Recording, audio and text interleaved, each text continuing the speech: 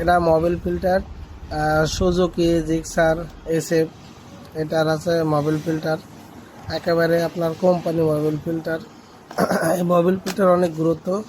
আপনারা ম্যাক্সিমাম 2টা মোবিলের পরে চেঞ্জ করার পর আপনারা মোবিল ফিল্টারটা চেঞ্জ করবেন। এটার কাজ হচ্ছে এই যে আপনার এটা দিয়ে মোবিলটা পরিষ্কার হয় এবং ধুলোবালো থাকলেই এখানে আপনার আটকায়। তাই আপনার মোবিল ফিল্টারটা চেঞ্জ করা খুবই গুরুত্বপূর্ণ বিষয়।